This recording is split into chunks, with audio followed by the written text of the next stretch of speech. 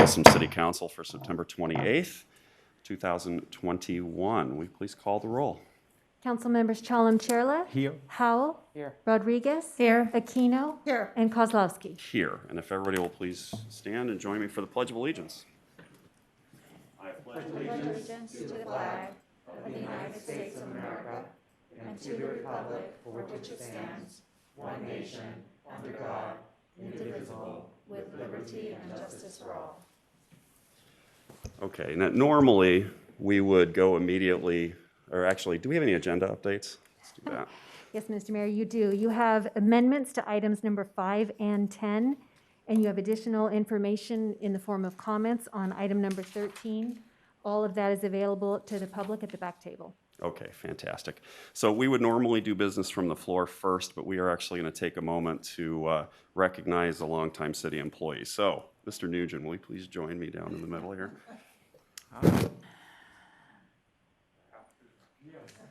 Long-term city employee. Yes, you must, Mr. Nugent.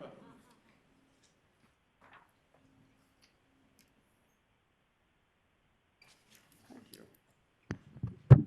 All right.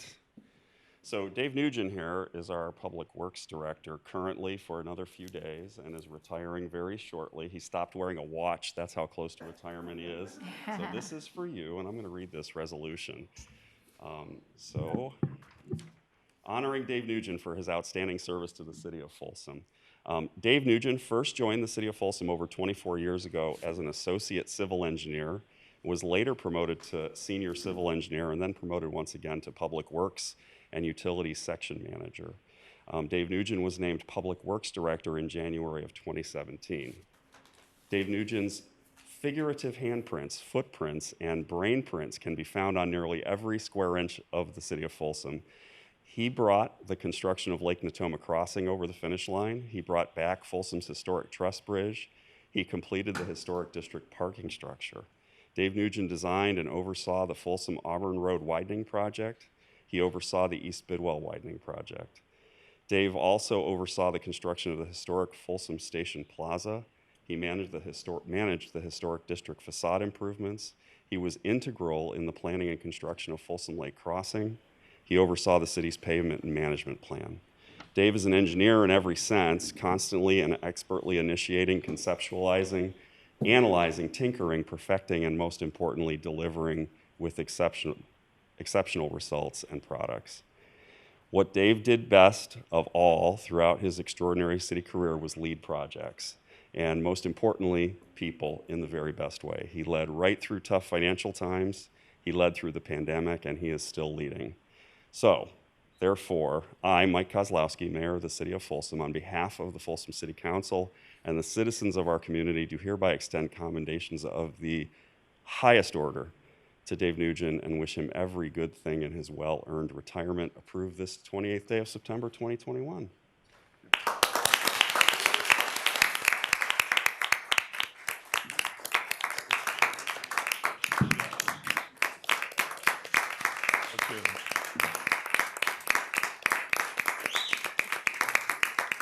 How can I cry? I'm going to try not to cry. So thank you very much. I'll try not to cry. Got to thank my family. Obviously, they were there from all the support of all this stuff, and it's been a long, strange trip. I mean, it really has. As an engineer, you hope to get a career-type project in your career that you can look back on. And boy, Folsom has just delivered that to me, 10 times over. Like you said in the proclamation, that everywhere I go around town, I see projects I worked on, and my wife hates it because she's like, "Stop looking at things. Stop looking at things." So, it's hard. It's hard to leave. And I think it's going to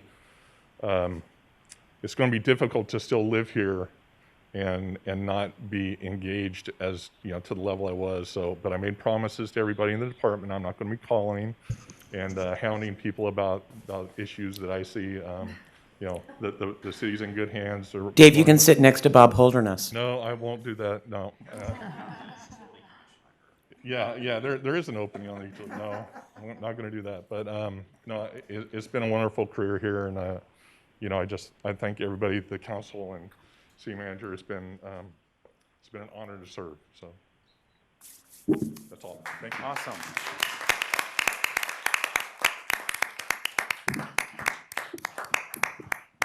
And can I go now? Yeah. Yeah, Dave, as your city manager, first of all, I just want to thank you from the bottom of my heart for your service. I think you even stayed a little bit longer than you had intended, and I appreciate every moment that you gave the city and every moment you gave to me as the city manager over the last 3 years.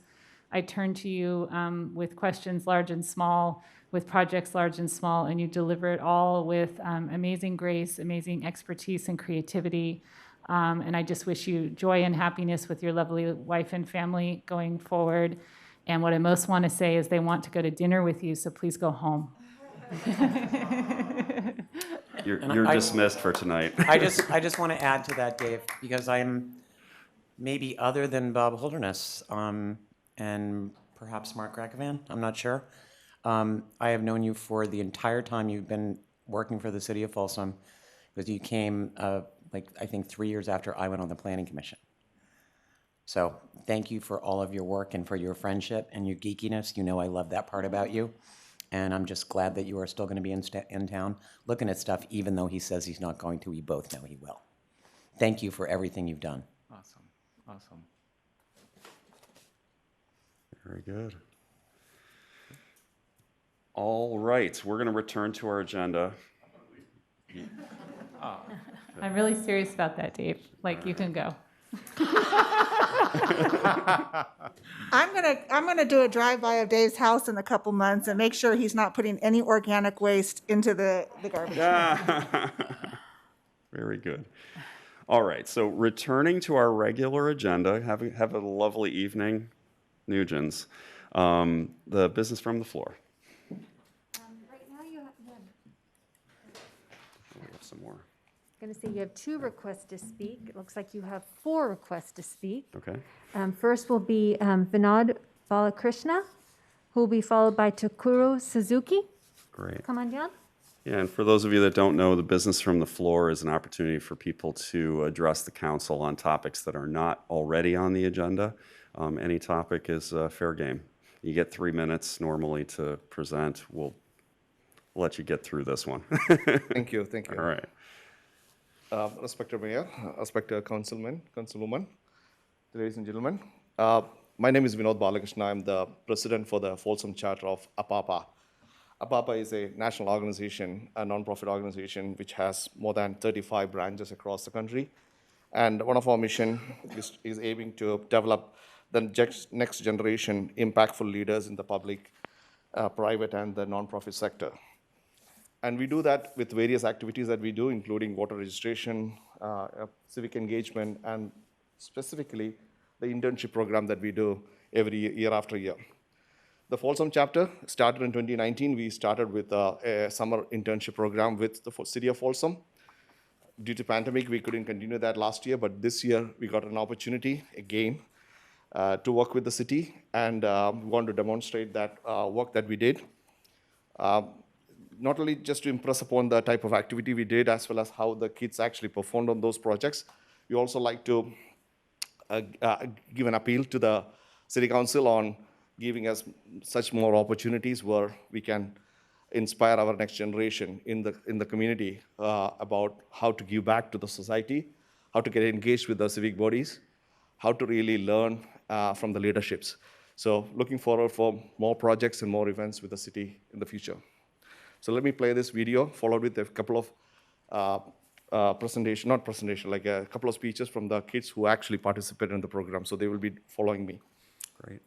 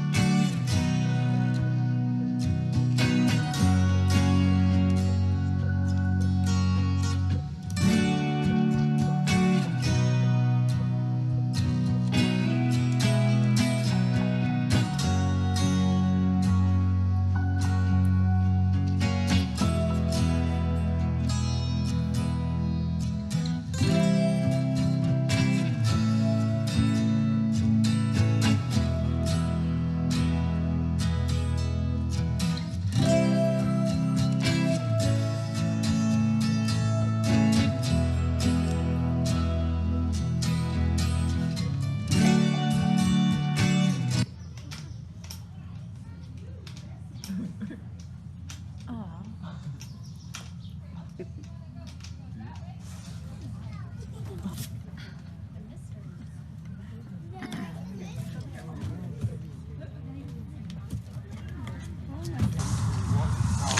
district? Oh, whoa!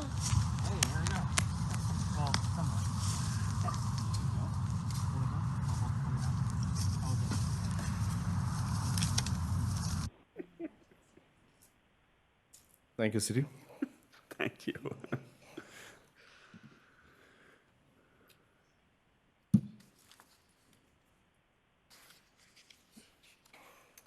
All right, there will be a couple of speakers.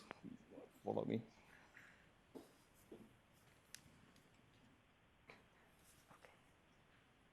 Good evening, ladies and gentlemen. My name is Takuro Suzuki, and I was part of the tree pruning group.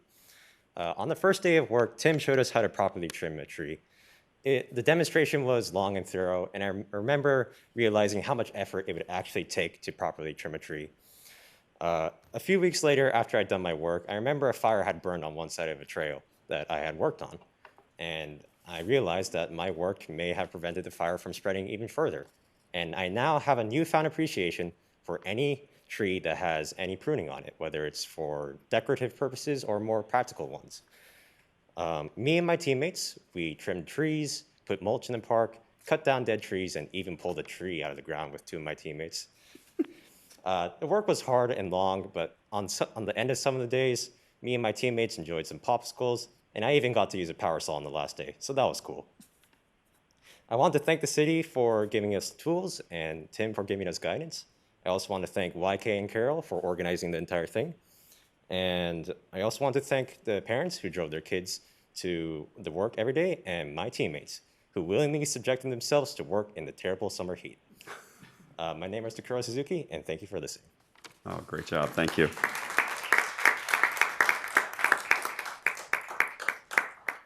All right, our next speaker is Grace Zhao, who will be followed by Sophia Jin.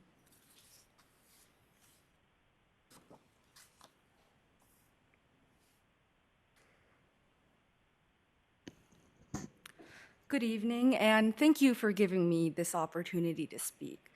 My name is Grace Zhao, and I, along with some of my peers, were part of the group that worked at the Folsom Zoo Sanctuary. Our group's task was to learn about the enrichment toys that the zoo provides to their animals to help stimulate their minds, and then go home and create some of our own with cardboard boxes or string or other everyday household items that you might already have around your house. In my case, my friend Erica and I spent 4 hours creating the papier-mâché rabbit that you saw in the video, which ultimately got ripped apart by a wildcat in less than 5 minutes. From that, I gained so much respect for our zookeepers, for how much patience and love and compassion that they put into their work every day. I also never realized just how extraordinary the animals in our own local habitats are. I didn't realize that mountain lions can jump 18 feet in the air, or just how big a brown bear is up close. Most of all, at a time when almost everybody here, I would say, would agree that the damage humans pose to our environment is one of the most pressing issues of our time, I didn't realize how much of a difference you could make by just starting local. I am so proud and grateful to have been part of a group working to preserve our environment, protect our animals, and above all, work to carry on the motto that best represents the values and defines the beauty of our city. Distinctive by nature. Thank you. Very good. Thank you. I think I just lost my voiceover job. Our last speaker is Sophia Jin.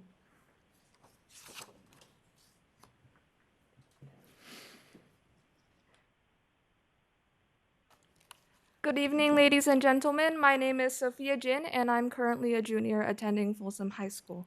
This past summer, I participated in the Papa and Folsom City internship program, and it was an amazing experience for both myself and all of my peers who were involved.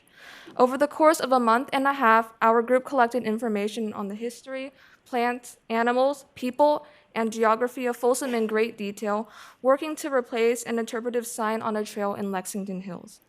Through this process, we were lucky to meet some wonderful, knowledgeable people who taught us about the background of our city more than we'd ever known about Folsom. We met weekly to discuss what we've been researching, and Mr. Tim O'Shea brought in various people who have been residents of Folsom for a long time to come and provide us additional information. From them, we learned a lot about the city that we hadn't known before, about the wildlife, the native tribes who once called this place home, the Gold Rush era, and much more. We heard wonderful stories about Folsom before we knew it as what it is today. At the end of the program, we submitted our work to Mr. O'Shea, and we hope that our work will allow other citizens of Folsom to learn about our city. From this experience, I gained such a new and deep appreciation for our home. On behalf of the students, I would like to thank everyone who came in to our weekly meetings to teach us about Folsom, and Mr. Bharat Narasingu and Tim O'Shea for coordination and guiding us through this whole process. I'd also like to thank everyone else who put in their time and effort to make this possible, including all the parents and students. And finally, I would like to extend my appreciation to the city for giving us this opportunity. It's because of all of you here today that we were able to have such an amazing time this summer learning about the city we live in and contributing to our community. Thank you. Very good. Thank you.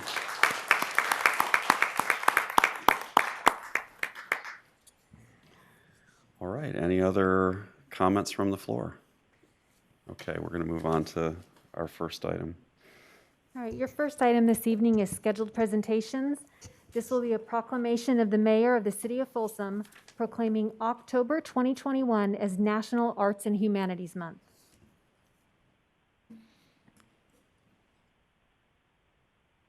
Maribel and Lucinda, you guys want to join me?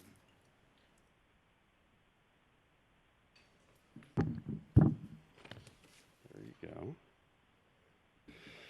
All right, so Maribel Wyatt and Lucinda Winward are members of our Art and Culture Commission. Did I get that right? Yes. Okay, Art and Culture. Okay, this is a proclamation of the mayor of the city of Folsom proclaiming October 2021 as National Arts and Humanities Month. The coronavirus has had a devastating impact on America's arts sector, with 99% of producing and presenting organizations having canceled events.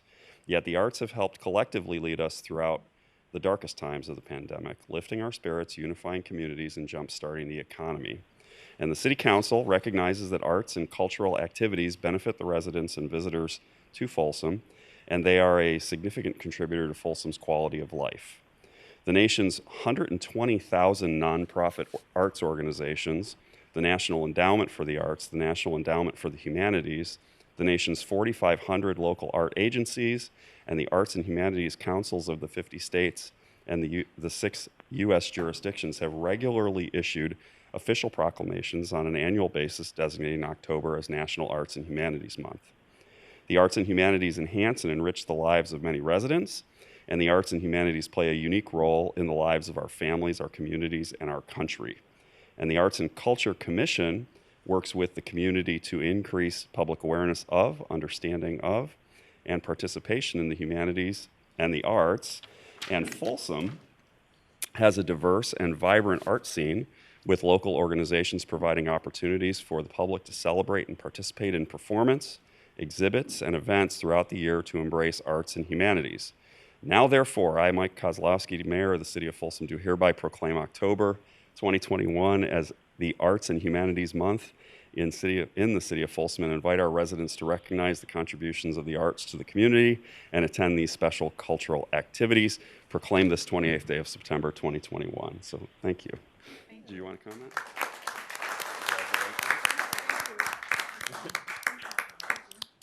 Did you want to comment? Sure, I'll just make a comment. My name is Maribel Wyatt. I am the presiding chair of the Art and Culture Commission. And on behalf of the other commissioners, I thank you, Mr. Mayor, council members. Thank you. It's our pleasure. Okay, thank you very much. Thank you.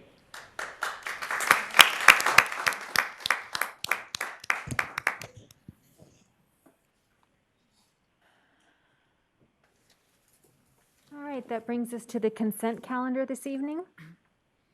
All right, any council member want to pull an item for discussion, or I'll entertain a motion? Yeah, I want to pull 5 and 10, just Okay. point of clarification. All And right. if you let me do that now, then, Are there any others? Okay, what, if you just Okay. have a question, fire away. it's Could I ask not- Police Chief Hillman to come down? That would be great. Oh, why are we mixing Fords and Chevys? Is that the question? I believe I know the answer. I believe that we're mixing Fords and Chevys because we can only get 3 Fords and we can only get 3 Chevys, and ergo, we're mixing Fords and Chevys in order to be able to replace the equipment because it's almost impossible to get vehicles right now.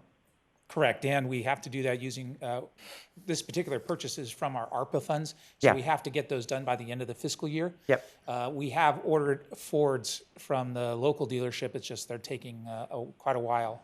Okay, so I understand that, but just as a point of clarification, the staff reports are almost identical, and one staff report doesn't reflect that the other staff report's there. I might have tried to find a way to combine them and have 2 resolutions because I know the contracts have to be separate.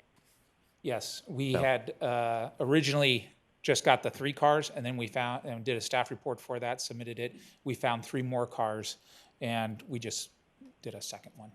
Okay, I would have combined it because it was, honestly, that was my first question to Elena, is why are we mixing Fords and Chevys? And is it because we can get 3 and 3, or we can't get 7 of either? We're So- going to or move 6 of towards either? getting the Fords, and, but we do have a fleet of maybe 20 or so Chevys, so it'll be a blend of cars, Okay, yeah.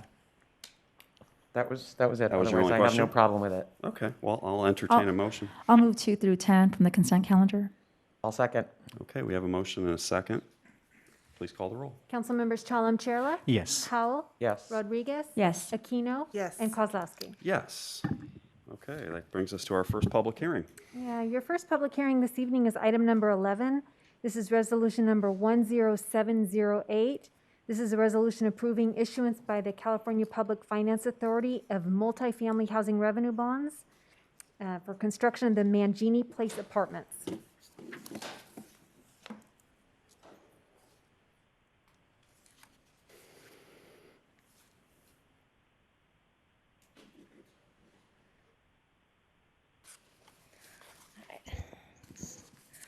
Good evening, Mayor Kozlowski and council members. So your first public hearing item this evening is a TEFRA hearing to approve the Mangini bond issuance. On October 18th of this year, the Mangini Place Apartments received Planning Commission design review approval. The 100% affordable multifamily development will have 152 affordable units proposed on the 6.07 acre site, which is shown on the presentation exhibit before you, located at the northwest corner of Savannah Parkway and Mangini Parkway within the Folsom Plan, specific plan area. On August I'm sorry, isn't that saying on Placerville Road? Yeah, excuse me. Placerville Road will be actually on the maps, on the final map says Savannah Parkway. I should have probably, this is taken a snippet from the county. So are we changing the name of Placerville Road to Savannah Parkway? Yes. Well, that I'm not in favor of, but that's a whole nother question. Wait, are we voting on that tonight? As you Wait. can see, if you look at the top edge, Savannah Parkway will actually continue It doesn't down. matter, I still don't like it. Okay. Sorry about that. Not agendized for tonight. My apologies. On August 11th of this year, the project received private activity bond allocation from the California Debt Limit Allocation Committee. In order for all or a portion of the bonds to qualify as tax-exempt bonds, the city must conduct a public hearing under the Tax and Equity Fiscal Responsibility Act, also known as TEFRA. California Public Finance Authority will be the issuer of the tax-exempt financing in an amount not to exceed $34 million, and is recommending that the City Council adopt a resolution approving the issuance of these bonds. Such adoption is solely for the benefit of satisfying the requirements of TEFRA, and the debt to be issued will be the sole responsibility of the borrower. And as a result, the city will have no financial or legal obligations with regards to the repayment of the debt. So that concludes my presentation on this item. The project developer is here this evening, and I believe someone from Cal PFA is on the line if you have any questions. Okay, YK, any questions on this? Rosario? I'm clear. I'm good. Everybody's good. Do we have to open the public hearing? Yes, so consider the public hearing open. Is there anybody that would like to comment on this particular topic in the audience? Okay, hearing none. Anybody online that would like to? Okay, I'll bring it back to the council. I guess I'll entertain a motion unless you have any other Once questions you or close the public comments. hearing, I'll make that motion. I'm sorry, the public hearing is closed.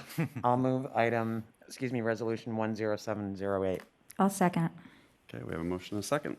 Councilmember Chalem Chella? Yes. Howell? Yes. Rodriguez? Yes. Aquino? Yes. And Kozlowski. Yes. All right, your second public hearing this evening is resolution number 10709. This is a resolution approving an issuance of revenue bonds in an amount not to exceed $20 million for an affordable renting housing facility.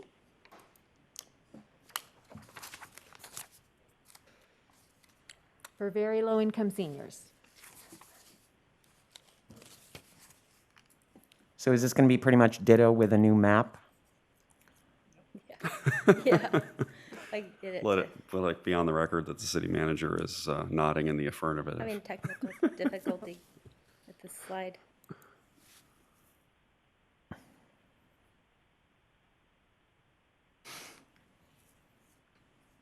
Sorry. Clicking out. All right. You're good just like that. Okay, sorry, I don't know what's going on. Okay, so your second public hearing item this evening is also a TEFRA hearing, and in this case, it's a TEFRA hearing to approve the Sage at Folsom bond issuance. So on November 18th of last year, the Sage Folsom Apartments received Planning Commission plan development approval for the project. The 100% multifamily senior affordable project will have 111 units and is located on a 4.6 acre site at the northeast corner of East Bidwell Street and Scholar Way. On April 28th of this year, the project was successful in obtaining an allocation of tax-exempt bond cap from the California Debt Limit Allocation Committee. And as such, the City Council previously held a public TEFRA hearing on June 8th of this year and adopted Resolution 10639 related to this project.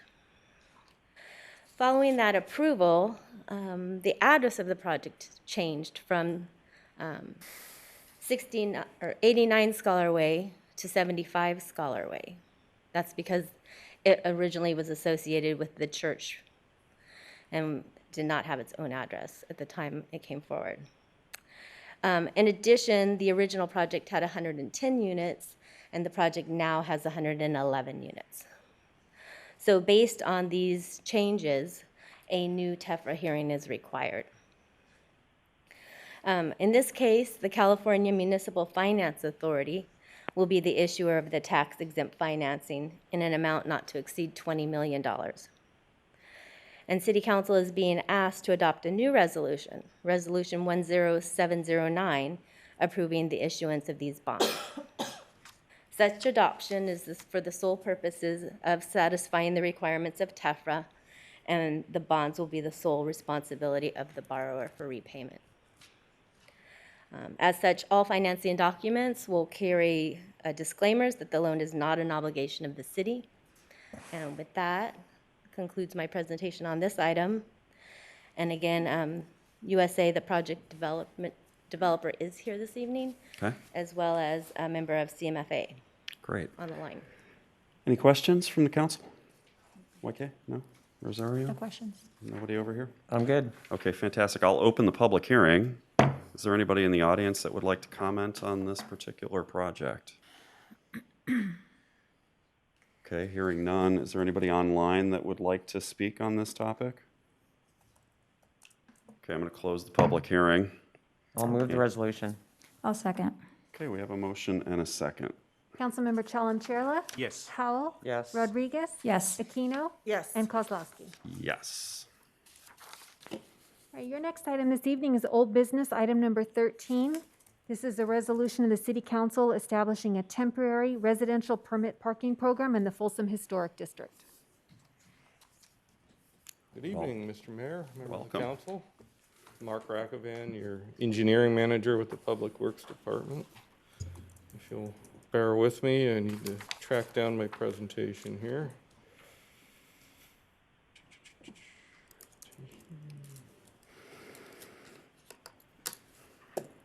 Found it.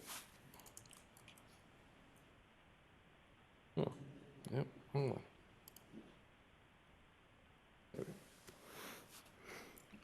So this item is a follow-up to the quarterly briefing we gave you at the August 24th meeting, and at which we updated you on the status of the number of recommendations that came out of the Ad Hoc Historic District Parking Committee. We highlighted a few items in particular that we felt were urgent or needed attention in short order. One of which was the concept of doing a pilot residential permit parking program, an item that was brought up by some of the residents in the district and the whole Historic Folsom Residents Association. So working with those residents, we put together a concept for a pilot program that I'd like to share the details with you this evening and hopefully get some direction to proceed with the pilot as early as November of this year. So the boundaries of the pilot are going to be very focused on Figueroa Street between Scott Street and Reading, and includes also the one block of Scott Street between Sutter and Figueroa, and then half blocks on Wool and Decatur between the Sutter-Figueroa alleyway and Figueroa Street. So those would be the side yards to the residences on Figueroa Street. The restrictions are extremely focused on the time that was most consistently brought up by the residents, the weekend, overnight parking issues that led to a myriad of problems for them of disturbing their peace and their quality of life. And so it focuses on Friday nights and Saturday nights between 6 p.m. and 2 a.m. Very focused window there. That was negotiated with the residents primarily to avoid any potential impacts to, there are a couple of churches down in the district that have services on weekends. There are a number of in-home businesses. And the desire there was not to make life difficult for those organizations and businesses during the pilot, but to still provide some measurable relief to the residents in the affected project boundaries. In order to comply with the police department's requirements for appropriate amount of signage to make any citations defensible, we do need to put 3 signs per block. So at the beginning of each block, mid-block, and at the end of each block in both directions. And we acknowledge that that's not entirely consistent with the ambiance of that historic district. Unfortunately, is necessary in order to convey the restrictions properly and make them enforceable. We are going to supplement the parking signs with some directional signs to direct potential parking, public parking to our parking garage and to the light rail parking lots down there on Liedesdorf Street. The blue arrows you see on this exhibit show the general flow of the directional arrows. We'll point people down Figueroa towards the parking structure in one direction. For those that are coming in the eastbound direction, we are going to have to take them on a little bit of a circuitous path to get them back onto Riley Street and then orient them towards the parking structure. And we're also, again, working with the residents. We will supplement it with some parking wayfinding signs all the way down to Natoma Street to try to head people over to the parking structure before they even get into the residential area. We're proposing for this 6-month pilot, we would issue no more than 4 permits per property at no cost to the permit holder. So the Public Works Department will absorb the cost of this pilot program. There are going to be some placement requirements. Mark, just to confirm, that's a maximum of four permits per home, correct? That's correct. Yes. And does that include a granny flat, if there happens to be one? No, it'd be per parcel. Granny flats on the same parcel? Understood, but there's still only a certain amount of frontage along the property. Right, that's what I'm asking. So if there's a house in a granny flat, the house doesn't get 4 and the granny flat gets 4? No, it'd be a total of 4, yeah. All right, and that's not, and what about guest permits? Yeah, we will address guest permits as well. There are 2 types of guest permits. We will issue each home a rear mirror hanger. That will be a temporary pass that they can hand out to visitors. And they can also contact the city to receive like a temporary pass if they have, like, say, a party, or they exceed the number of guests that they have permits for. So how many guests are we allowing per house? I think it'll be also 4 for the door, or excuse me, for the window hanger. And then, we'll have to negotiate with people when it comes to, the applying for temporary permits. Well, because to be honest, I don't see any reason, this is being done by people that don't want other people parking in their neighborhood. Mm-hmm. So if no one else can park in their neighborhood on what are public streets, then I don't see why the whole park in the parking structure thing shouldn't apply to the residents on Figueroa as well. I think that's important. No, you don't get 25 parking stickers because you're having a party on Saturday night, because that's going to annoy your neighbors, just like it were if they were customers of Powerhouse Pub. So we should put a limit Yes, on the in number my of guest opinion, there permits. should be a limit. And if you want to have a big party at your house, then your guests have to park in the parking structure too. I think it's very good input. We are going to require that the permits be placed in a very specific location on the vehicle, which is in the rear window passenger side, and that's for the ease of enforcement. An improperly placed permit will require the enforcing officer to get out of his vehicle and search around. And so, our proposal is that just put the permit where we ask you to, and it'll make it very easy to enforce. You mean the driver's side? That's what I was going to Thank just you, say. yeah. It should be on the driver's side. Rear window, driver's side. So Okay, that way, whether the car is parked Yeah. legally facing in the right direction, or even there are some nose-in parking spaces, It'll be visible. that it'll all. Or if all they're be parked on the properly- wrong side of the street, they should get a ticket for that. True. There you go. And as you can see, the actual design of the permit itself is still a work in progress. It's kind of perfect, exactly Yeah, like it is. You like it with the Just logo question big mark. question mark?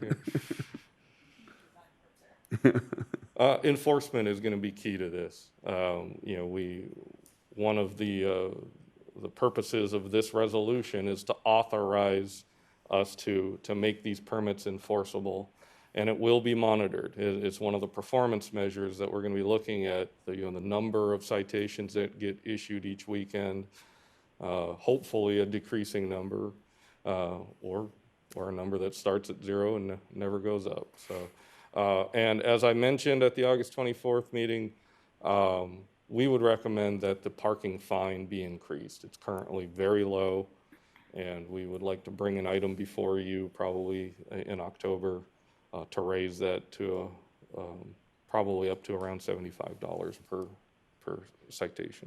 And Mark, will the signs that are on the streets indicate, $75 fee, if a $75 ticket or cost, will the signs indicate the amount of the ticket costs to hopefully deter we're not people? intending to do that. I think we can do some public outreach to convey that information, but normally a parking sign just conveys the days and times and any special conditions associated with the restrictions on public parking. And I don't think that we should put that number on there, because there might be, there might be somebody that's like, well, that's way easy. I'd rather Right, pay the $75. Oh, yeah. So that, and we may decide to increase or lower it or eliminate it altogether. So I'd rather not put that on there. That, and it's going to make the signs cheaper. Another important point about enforcement is, again, we're talking about a 6 p.m. to 2 a.m. window.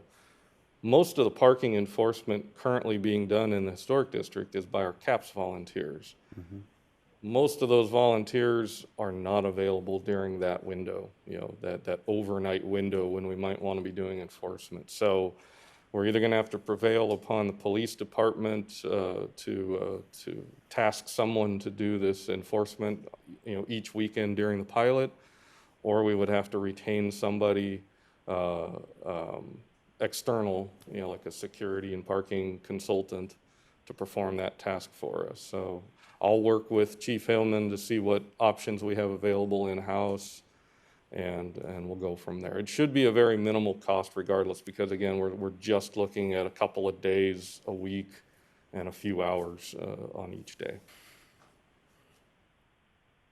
And again, the duration of the pilot is proposed to be 6 months. If all goes as planned, we can have that have the permits issued and start the pilot in November, which would take us through April of next year.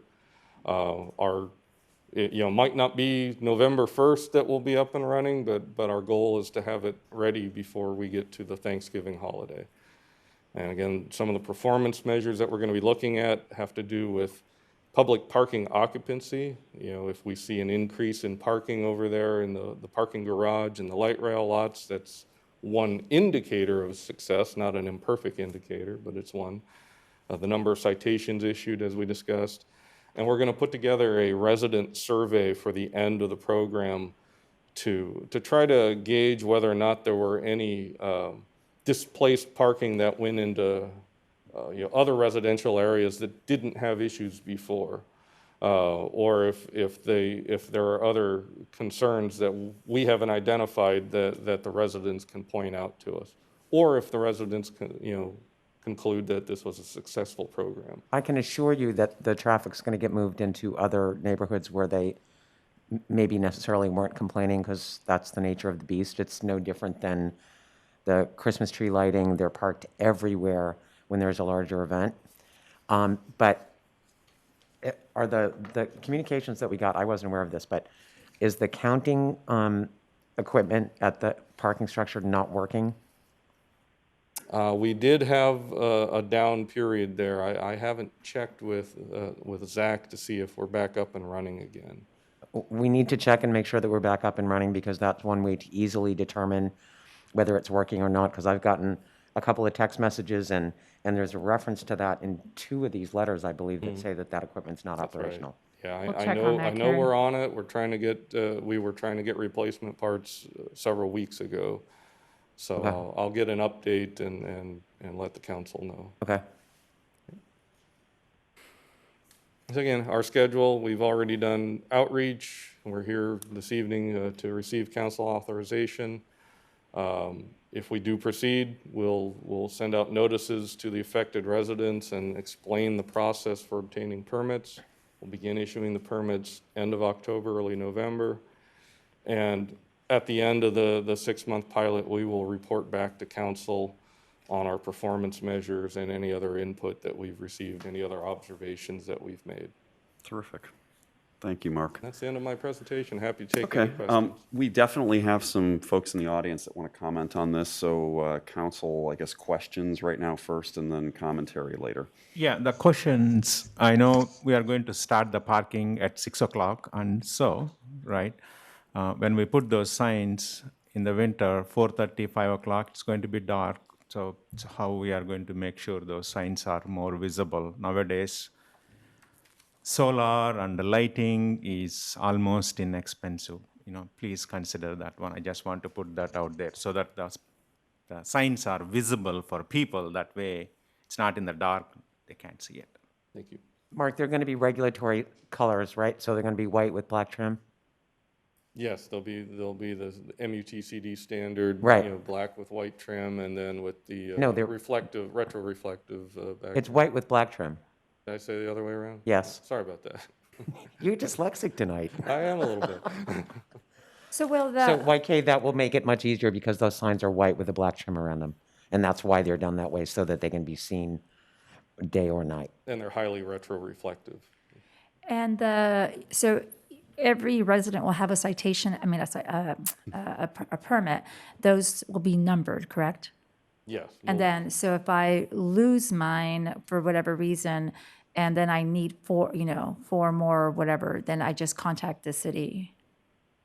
That's correct. Yeah, we're going to be experimenting as well at the staff level on how do we administer a permit parking program, because this is new to us too, but, we will maintain a database of who has a permit, what the permit number is, what the associated address is. Okay, good. And yeah, if someone loses one, we'll And make then accommodations. And then the appeal process, my permit was on the car, but I still got a ticket. There's some form of process in place that somebody will be able to appeal it. I think it would be consistent with any other parking citation that you receive. I was not there for, longer than the 2 hours, or I was not in that handicap spot. I think it'd be the same appeal process. Okay. These are going to, if the citation is issued, these are ones that are going to be handled just here in Folsom, not sent down to Sac County and gone through that court process down there. Yeah, I'm not really sure what the citation flow chart is. Just, that's one that we I think I manage here. I think I asked someone that, and the answer was it would be here, Okay. here in Folsom. As like a municipal code violation or Yeah. something. of the sort. Okay, good. Anything else? I'm good. Okay, Carrie? Yeah, from the three letters that came tonight, we have one person that wants more signage, one person that wants less signage, and one person that seems to be perfectly happy. So it's kind of like the three bears. I'm not interested, other than the no parking signs, I'm not interested in having signs every 4 feet in the historic district directing people to the parking structure. As long as that equipment is working properly. My personal feeling is there's more than enough signs. Everybody knows that parking structure's there. They're just too lazy to use it. So I don't want I to. would disagree with that. I think from even people that I've talked to, and being a business owner on the block, and having conversations with people about, oh, do you know we have a parking structure? We have a parking structure? That question get asked, and there are so many people who do not know that we have a parking structure. What do they Way think? more people that don't know about the parking lots on the other side of the light rail tracks too, so. Yeah. Well, my only concern, because I know these are areas that don't have a lot of signs, and these are going to be potential things for people to back into. And the city's right-of-way extends far away from the pavement into areas where people have been using them as part of their yard for a long time. So there's going to be enough problems with the no parking signs. I don't want to add to that by adding a bunch more signs, especially since this is only a pilot. We can talk about the rest of that later, but, one of the Our requests. objective, with the way the guidance signs is that they would be on the same post as the parking. Okay, that's fine. I just don't want to see extra posts, and I want us to be able to remove them, one or the other, should we change direction in the future. We'll do our best to strike the right balance and respect the neighborhood aesthetics, but still have meaningful, Okay. a good balance. Sarah, any questions? Just a couple.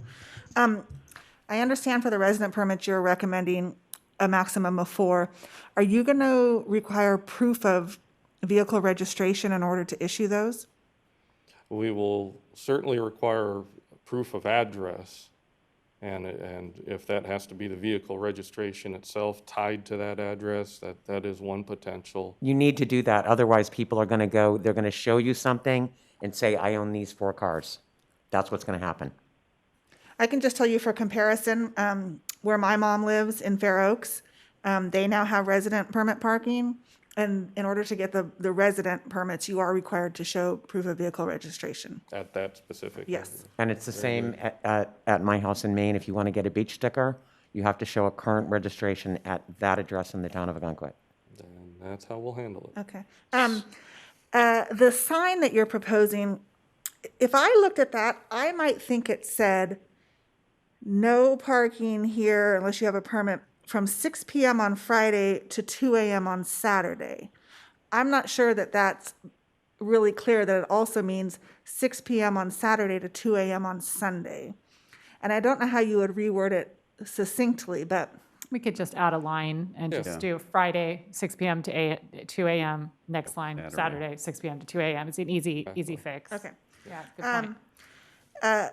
The other thing that I kind of wonder about, I understand, this is kind of you're targeting the trouble time period, but is we really going to have somebody out there enforcing this at 1:30 or 2 o'clock in the morning? I mean, would it matter if we said 6 p.m. to 6 a.m.? I mean, if Chief Hillman wants to deputize me, I'm happy to go out there and do that. But it just seems a little silly. I can't imagine we have somebody out there enforcing it at 2 o'clock in the morning. Well, but we do have a police presence in the historic district on Friday night and Saturday night, ideally looking for drunk drivers. So I'd be very interested in having the chief let us know what or just, not that we need to resolve it tonight, but I think it's a discussion that needs to happen between Public Works and the police department. Yeah. Okay, that's all the questions I have for now. All right, excellent. Well, I don't have any questions right now, so let's go ahead and do public commentary.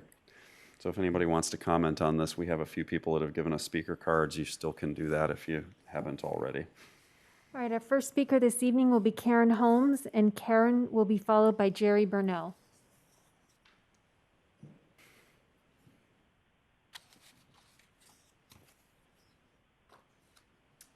So, good evening. Here I am again as the parking maven of the Historic District. I did mention last time I was here that this whole place fractures me, so bear with me. I'm going to get my thoughts sorted. I just more than anything want to encourage the consideration of this plan and the thought process that is coming behind it is genuinely coming from some very solidified stakeholders. Mike Reynolds, unfortunately, could not be here tonight. It's his wife's birthday, and he chose her over this. But so, I just, in all essence, I just want to speak up for the serious consideration of this, because it really is something that has come together with. Are you trying to talk yourself out of an approval? No. No, I just want to say how unified that the residents are, the merchants are, the district is.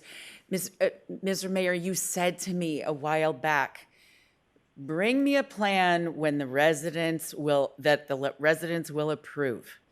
And lo and behold, Mike Reynolds has actually done that. He is talking to those people. He has input. He's got attendance at meetings. They understand this plan. Mm-hmm. I can't say every single individual, but most of them. And they're in. So if we don't try, if we don't start something, we're just going to flounder and continue to just point in opposite directions. So I just want to encourage that kind of be very happy with that kind of cooperation that's going on down there, and hope that you guys find your way to help this continue to move forward. Very good. Thanks. Thank you. Yeah, excellent. All right, next speaker will be Jerry Burnell, and Jerry will be followed by Bob Holderness. Good evening, Mayor and members of the council. Again, I'd like to echo Karen's comments with respect to the working group that has been working diligently to get to a program that would help take some of the negative aspects of the late night businesses and the effect on our neighbors. Of course, those cars will be going somewhere, right? And so that's the other piece of this, is how do we get them around? And I think Mark had identified in the staff report number 3 that talked about coordinating shuttles or valet services, and clearly the 600 block, especially in the evening entertainment with Sutter Street Steakhouse, the Powerhouse, and Scarlett's, does have a lot of traffic in that area without necessarily a lot of parking between employees and that sort of thing. And so a local entrepreneur by the name of Ron Gray has put together a pilot program of his own on shuttles. It's kind of patterned after ridecircuit.com. If you have a chance to go to ridecircuit.com. What's the name of it again? It's called ridecircuit.com. It's actually active in 8 states. Right now, Texas, Colorado, New York, Florida, Massachusetts, New Jersey. There's actually 8 cities in California that are already using it. Okay. And it's really this idea of moving, people from locations that they want to go to dinner to parking lots that are further away, which is exactly our situation with the parking garage and the light rail lots. And so that's something you're going to be hearing more about. The FHDA and HEFRA has been working with Ron to look at the kind of the business plan piece of it, what the costs are, what contributions might be. So that's something that we'd like to come back and look at as well. Some of the long-term things are also being looked at in terms of better and more available river access parking for Lake Natoma, and so more to come. So at any rate, thank you for this consideration, and we really enjoy the opportunity to work with the residents to try to get a solution to impact the negative impacts. And I think your points tonight have been well taken and thought out, because it's kind of the first time I think we're doing any of this. So thank you for your help. Yeah, thank you. And your point is an apt one, that this is one of many steps that can be taken to incrementally improve things. Next speaker will be Bob Holderness.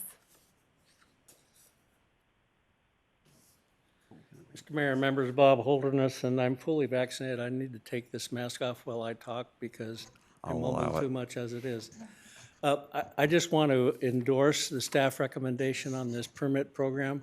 I've been on that working group for a couple of months now, and it's quite true that the neighbors and the businesses and the landowners on Sutter Street are coming together to work for common solutions. I have a couple comments, as sort of a preview of things to come, and the mayor's already stolen my thunder, and that is that wayfinding needs to be implemented in a way that attracts people to the 101 parking spaces that are behind the light rail station on the lid and over towards the lake across the street on Leidesdorff Street. There are 101 parking spaces there during the day. They're used by people who use the lake for bicycling, kayaking, etc.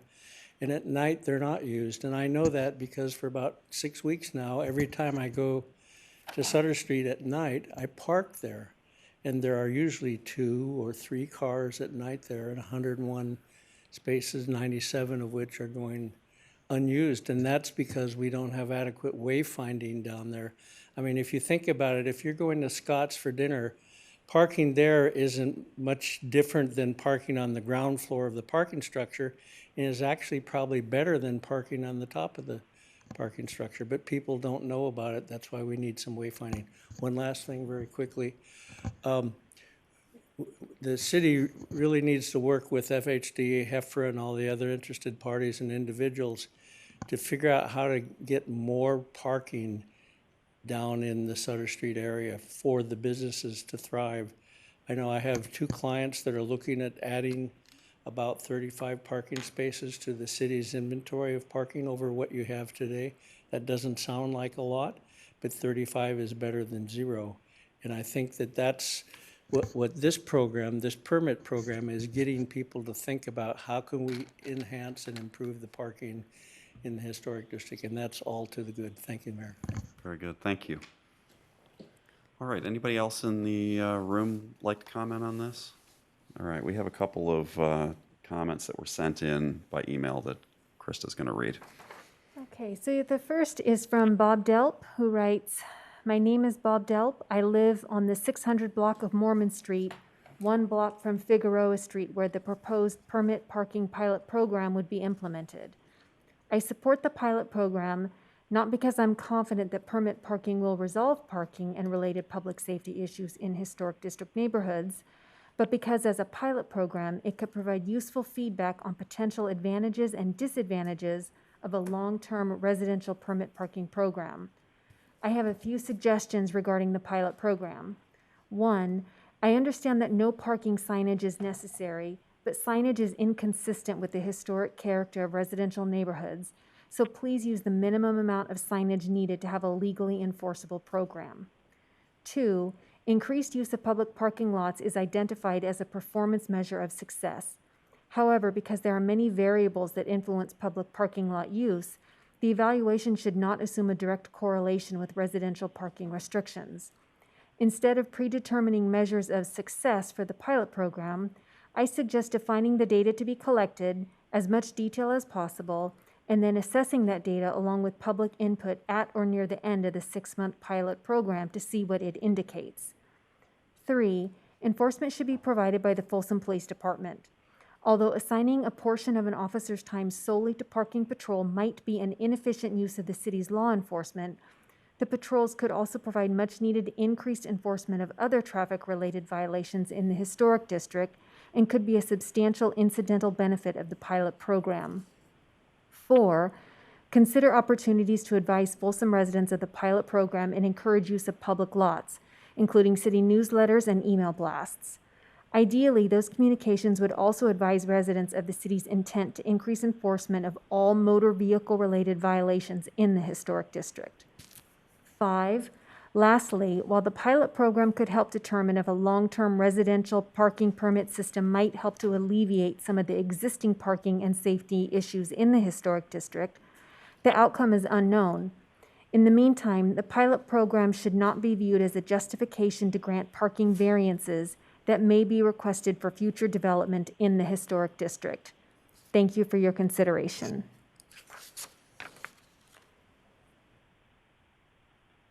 And the next correspondence is from Cindy Ferris, who writes, I would like to give my support for the establishment of a temporary residential permit parking program in the Folsom Historic District. I have lived on Figueroa Street in the Historic District for 41 years. I was a member of the Historic District Ad Hoc Parking Solutions Committee, and I am also a member of the Historic Folsom Residents Association. I would like to say thank you for listening and supporting the committee and HEFRA in their efforts to explore possible solutions to a long overdue parking problem in the Folsom Historic District. A temporary permit parking program is a big step in the right direction toward helping to bring much needed relief to Folsom Historic District residents. Thank you, Cindy Ferris. You have no further comments to read. Okay, fantastic. So I'm going to bring it back here to the council. Any commentary, or I will entertain a motion to give the staff the go-ahead on Could we leaving the just rest of the details. discuss the guest passes a little bit more? Sure. So, I think hopefully maybe we're in agreement that up to 4 permits, resident permits, but you're going to have to show proof of vehicle registration. But I know Carrie spoke on the. What is the goal of the registration being the trigger? Why not just make an envelope for each house that has 4 permits in it and they can stick it on whatever Because car then a they're bunch using? of people that are not supposed to be parked there are parked there. Okay, but I live on Figueroa Street. I have 1 car. Yeah. I have 3 friends that live in other parts of Folsom, and I give the 3 of them parking stickers. Okay, so I know this game. I used to get. This is what I used to do with my beach lived in passes for Chicago. my sisters. Yeah. I'm just, in terms of the pilot, is one of the measures that we're trying to establish is how liberal to be with the permits or how restrictive to be with the permits.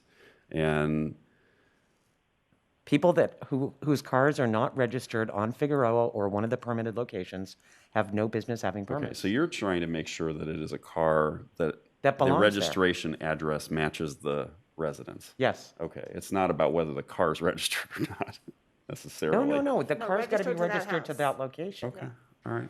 I think in most cities, what has been easy on everybody is you have a parking permit, it's a sticker, it's on the back of your bumper sticker, and that makes it very easy for police officers that are patrolling that, they don't see a sticker, okay, great, and that's where it starts. And it's easy on everybody, and nobody has to put a permit somewhere, or you don't get the shuffling of my That's what friends they're come gonna do, but down. we're talking about the 4 permits that go, the permanent permits that get stickered on the car. Those have to be registered at that address. Okay. That's what we're talking about. I would agree. So just that extra little bit. But I'm just wondering about the guest permits. I know what staff has in here is up to 4 rear view mirror hanger style, so that you keep them in your house, and if you have somebody coming over, you say, hey, put this in your rear view mirror for right now, give it back to me at the end of the night, right? And then may request up to 5 temporary guest parking passes. I don't agree with that. Yeah, that's For all the reasons I've said. that's potentially too liberal. I agree. Yeah. Well, especially I think because of the maximum duration, 72 hours. And again, the only thing I have to compare this to is my mom's neighborhood, where you get the resident permit if your vehicle is registered to that address. Then she gets 2 of these type of things that you're talking about. Yeah. Because hers is 24 hours a day. She gives it to like her cleaning lady or whatever, right? And then the only other time you get permits is if she's going to have a party. She can request them. They send her an email. She prints out the permits. But it wouldn't be for 72 hours. It would be for like 5 hours or whatever you say the party is. This is not a 72-hour thing. This is to be Yeah, we're only parked, talking period, Well, between- but that's what they're talking about here. No. May No. request up to 5 temporary guest parking passes per address, which will be limited term, maximum duration 72 hours. And I think that's too long. I think if you did guest Well, ones, it should be much shorter. The weekend, 6 to 2 a.m. isn't, it's, You don't need the permit Don't during need- the day. You only need Yeah. it at night. No, I understand that. I'm just saying that I don't see why you would need a parking guest permit for 72 hours. agree. Right, that's an incorrect number. But my point is, I don't think anybody should get more than 4 guest permits. Because as it is, theoretically, they have taken up 4 spaces in front of their house for their 4 cars, because a lot of those people don't have garages or driveways necessarily. And now they've got 4 other vehicles. So I live at one address and I'm taking up 8 parking spaces on the street. In the 37 years I've lived in my house, I think I can count on one hand the number of times I had that many cars at my house in my cul-de-sac. What discussion, if any, did you guys have with the various stakeholders on this particular topic, guest passes? This was an item that I discussed at great length with Mike Reynolds as my point of contact with the residents. Our initial recommendation for staff was, we would just issue a couple of the placard, the rear window or rear view mirror hangers, excuse me. But then the discussion gravitated towards, well, what if we had, a party or a family gathering, there wouldn't be enough guest passes?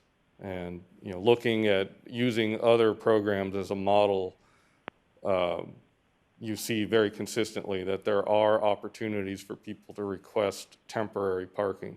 Again, the point's been made here this evening. This is just a pilot. We can learn from it. We don't have to account for every little detail. Yeah. And so perhaps I would say that you're all correct. There's a great deal of latitude in how we address guest parking. And from what I gather from the discussion, and correct me if I'm wrong here, but it sounds like you want to limit it to just the placards in the rearview mirror and no temporary passes, and perhaps even limit the number of the placards. Yeah. I'm personally not opposed to the temporary permits. Just because you get a permit doesn't guarantee you're going to get parking space on that street. If you're going to have 100 people at your party, you're probably not going to get a parking spot. But I don't see any need to have the temporary parking permit extend beyond 6 p.m. to 2 a.m. Certainly shouldn't be 72 hours, in my opinion.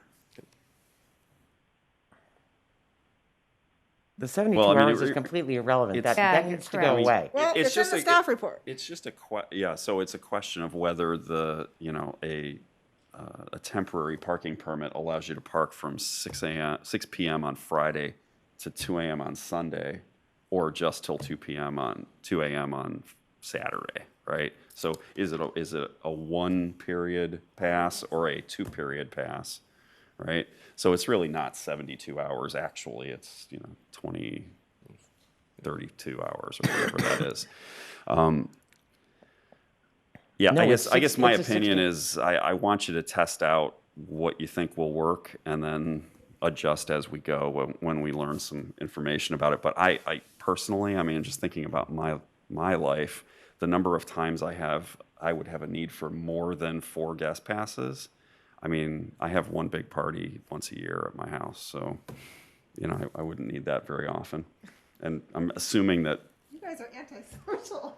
Well, okay, so the vice mayor has like hundreds of people at her house frequently, so We get a lot of calls about her house. yeah, I guess. Mark, could I just ask, was the intent in your discussions with the residents, that 72 hours, was that trying to just basically cover them for like, hey, I'm having, a family come for a weekend stay, and I want to just be sure that from Friday to Sunday, they're kind of unencumbered in their parking? Was that the intent behind it, do you think, for the 72 hours? I think that. But it makes no sense see because the Karen. only time it's restricted is I 6 get p.m. to that. 2 a.m. So that's all stupid. I think, Sorry. I think they were just, not subtracting out what was covered and just saying, I just want to know if I have a family come visit that they're good for the weekend. I have All a right, feeling so that's where that derived It's from. really just going to be a paper pass in the back of the vehicle saying Yeah. this vehicle's temporarily okay for this weekend.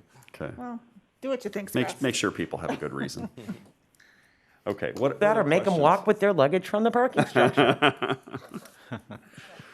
Oh golly. That's why God made Uber. Yeah, I mean, I don't want to belabor the part. It's a pilot. You do what you think's best, and we'll see what works. And if it doesn't work, we'll adjust. So, I'll move the resolution. okay, I'll second Well, it. Only point is, I do have one thing. I just wanted to, if you would, maybe could you spend a moment before we go further, just talking about what to Mr. Delp's point, what is the data that you expect to collect in order to test out the effectiveness of this? And that's a setup for me to say, I think before we issue any of these permits or put the signs up, need to do some 6 to 2 a.m.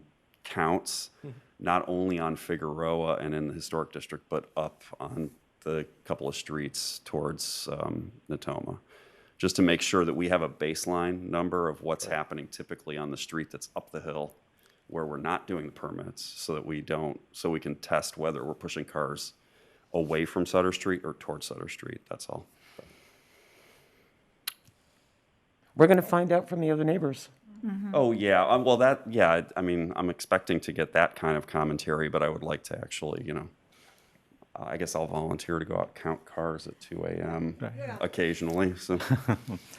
Mark, those wayfindings are going to be more permanent, right? It is nothing to do with our 6 months pilot. Wayfindings, the big ones, big ones or small ones, whatever it is, diverting the traffic towards the parking structure and parking lot behind.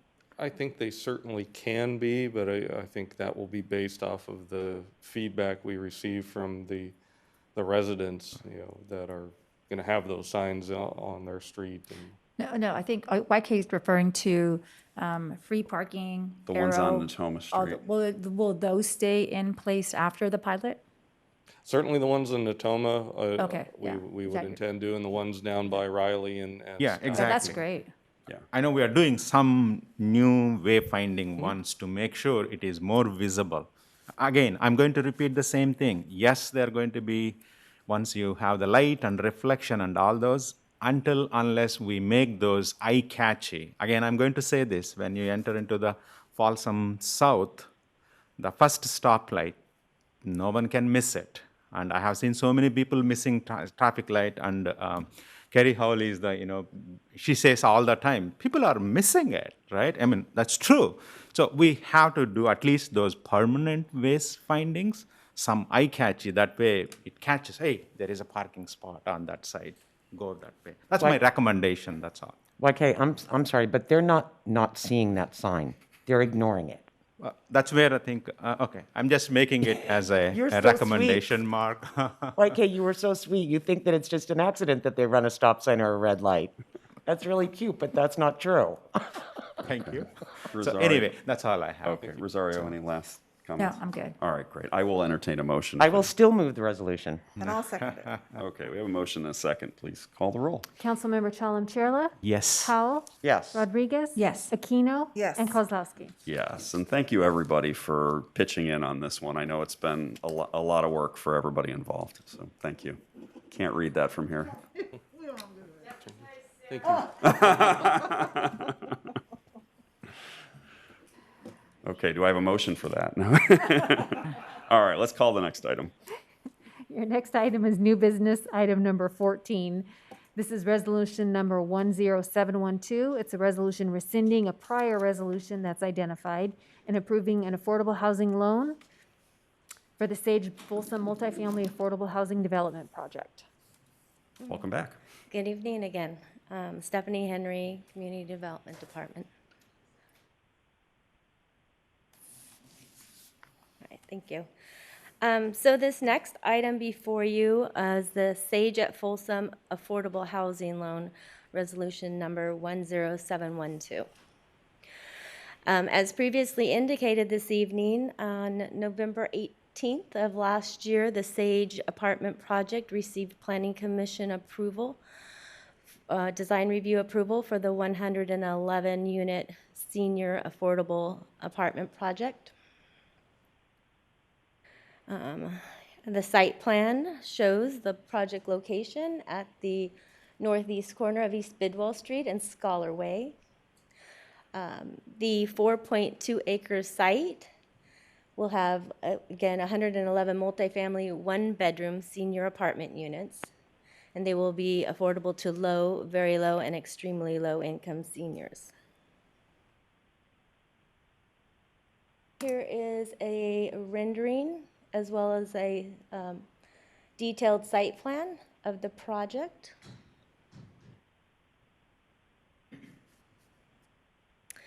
On January 26th of this year, the City Council approved an affordable housing loan for the project. The amount of the loan was dependent on the type of funding the project could secure. If they were able to secure state tax credits, the loan amount was, sorry, this typo on my slide, $3.5 million. Or if they were able to receive home funds, the loan amount was to be $4.5 million.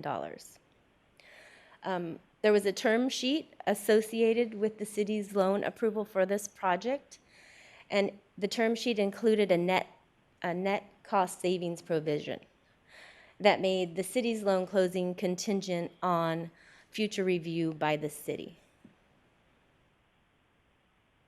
The city's consultant, TDA, on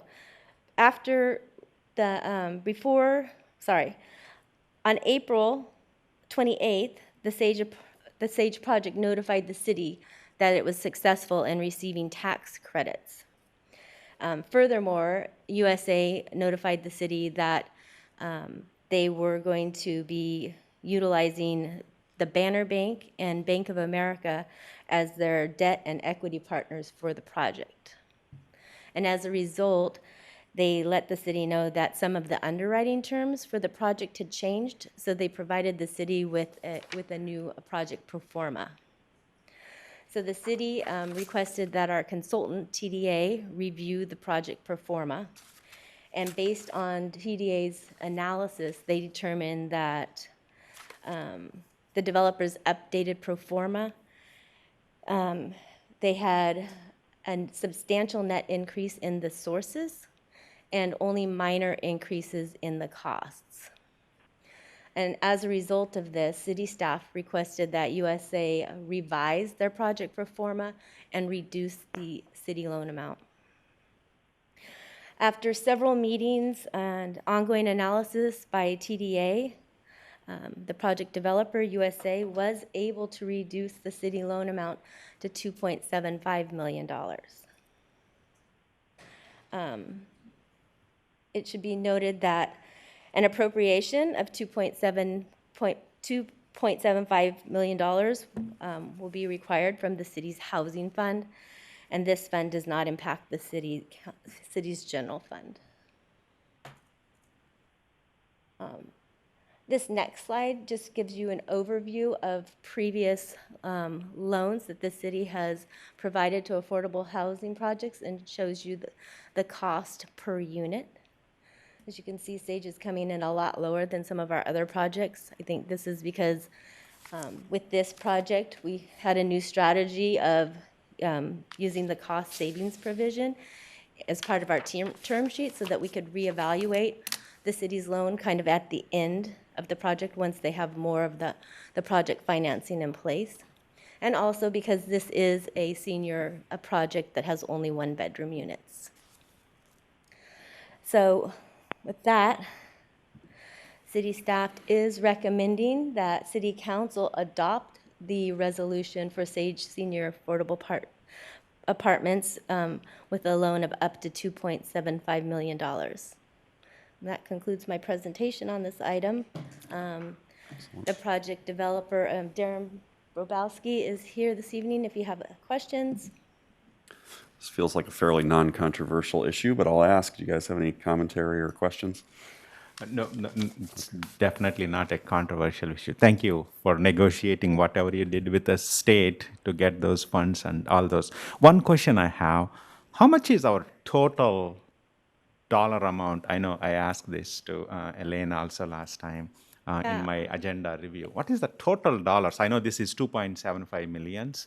I know last 10 years we have given the loans to so many other builders for similar projects. So you're asking the total amount of loans we've provided in the last few years? Under this, yeah. Wow.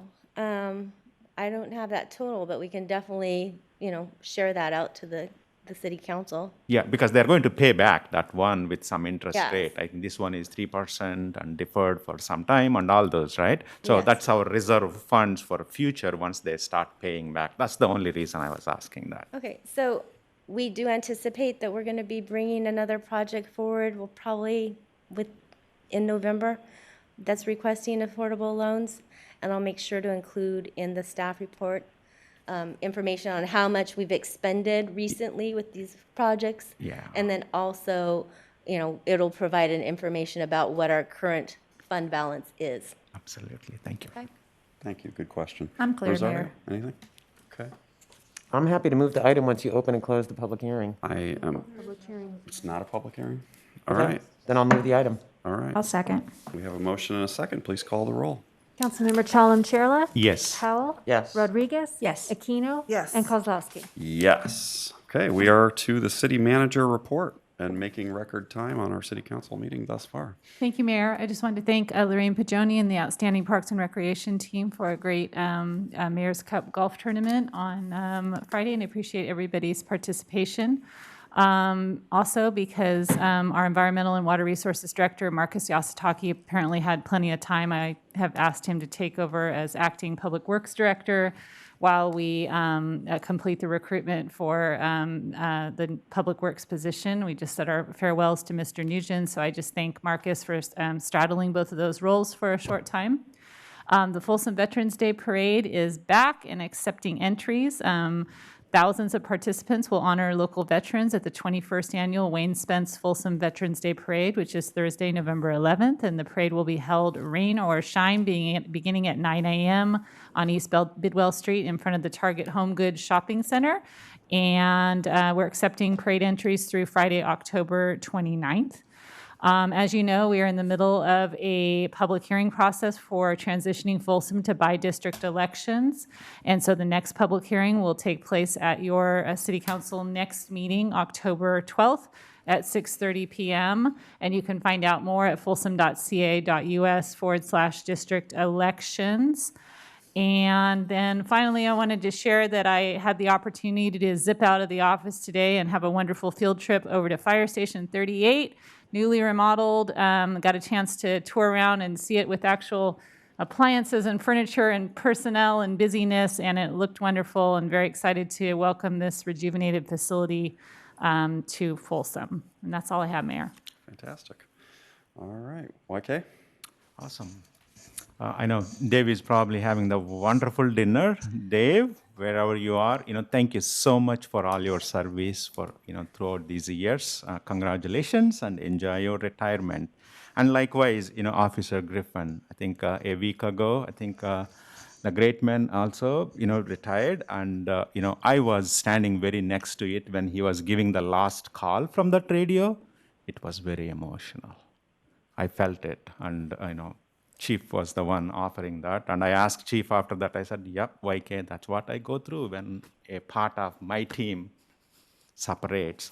Both Dave and Officer Given, please visit us frequently. And again, have a great retirement life. And our two new officers, welcome, Officer Gertzman and Officer Willie. Welcome to Folsom, and thank you for choosing Folsom as well. And Lorraine and Tim, thank you so much for giving that opportunity to the youth. They could have done something 6 weeks, playing video games, whatever it is, but 23 kids chose to give back to our community. But our city came forward to offer that 3 great projects, and all of you have seen it. Thank you again for that. And League of Cities. I got a chance to come for the breaking session, the opening speakers. It is amazing. I'm going to make it from next year onwards. YK, you got to go attend full session, not the opening one. It is 479 cities, 1,800 mayors and council members and officials. The motto is learn from the best, trade, right? It's a great motto. I really enjoyed it. I wish I could have, been 3 days. And the last one, I know I'm continuing researching the water situation for Folsom. Last night it was raining and I was, jumping up and down, but the rain was not too long, but that's okay. The research I'm trying to do is, what if there is no water in the lake? I know it is not a right thing. It's not going to happen, knock on wood, but still, how are we going to survive, we as a city? And can we as a city provide that public safety, bare minimum water? I'm still doing that research. I'm going to share with you. It's not going to happen, but we always has to have a plan B. With that, good evening, Folsom. Thank you. Rosario? Yeah, I also want to welcome the 2 officers, Officer Sean Willie and Officer Bruno Gosmer to Folsom Police Department. Welcome. And also the Chamber's Folsom's Leading Young Professionals has their annual nonprofit showcase on Friday, October 14th from 5 to 7. Actually, I'm not sure if that's Friday, but October 14th. It is a $20 registration fee that supports your nonprofit of choice. Also available are Twin Lakes Food Bank Gala this year on Friday, November 5th. It will sell out. The food bank does a great job of supporting the food insecure with our senior citizens, college students, low-income families, and the unhoused. And then I also want to say go Folsom Bulldogs. They have their rival with De La Salle on Friday, October 8th. So go Bulldogs. And all the best to Dave Nugent. That's it. Very good. Thank you. Gary? Excuse me. All is well at RT. We had our RT board meeting yesterday morning. Things are going well at Regional SAN and SASD, which is Sacramento Area Sewer District. Haven't had a meeting of the Rail JPA lately. YK, that's really sweet that you think people are blowing stop signs and lights because they can't see it. I think that's just adorable. But I assure you that's not true. They're just assuming that no one's coming in the other direction until one of these days someone is. I'm glad that we're moving forward with something about parking in the historic district, and we will see what happens when those other people that are not aware of what's going on come out and voice their displeasure. It'll be interesting to see what happens. Otherwise, please slow down. All of the red lights, all the stop signs, all of that appeals to, does actually require you to pay attention to them as well. And I really would like to have a conversation about that whole Savannah Parkway, Placerville Road thing. I seriously have a problem with that because it's been Placerville Road for a long time. We've got About what? The Savannah Parkway, Placerville Road. Oh, okay. We've got enough confusing locations in town that Savannah Parkway, which doesn't have any track record, should just end as it pulls into Placerville Road. So, that and good night. Okay. Sarah? Yeah, lots of fun events last week. So again, thank you to Lorraine and her staff for the Mayor's Cup. Always a hoot, even when you're not a good golfer like me. I am not a good golfer, is what I'm trying to imply.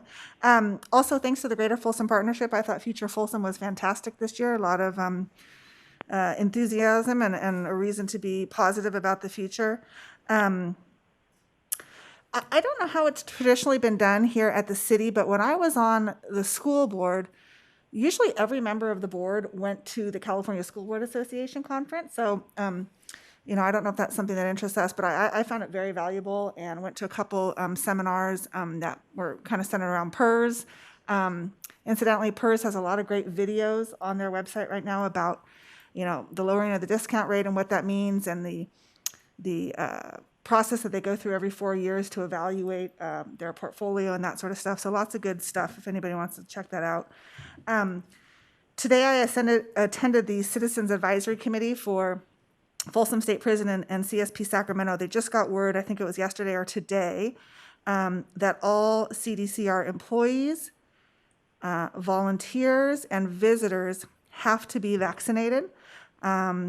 They are allowing medical and religious exemptions, but CSP Sacramento especially is already very short-staffed, and so this will be interesting to see if that kind of exacerbates that, and I'll be interested to see at the November meeting how they have dealt with that. Yeah, and then finally, congratulations and thank you to Dave Nugent. That's it. Okay. Well, I will say ditto to all of that and not belabor the point. The California League of Cities has a local chapter that's for the Sacramento Valley. I would encourage you guys to all participate in that as well as the year goes by. And I volunteered us to host one of the chapter meetings so that we can show off our fine city and be the ones teaching good things to other people. So with that, I will say thank you to all, and we are adjourned at 8:03.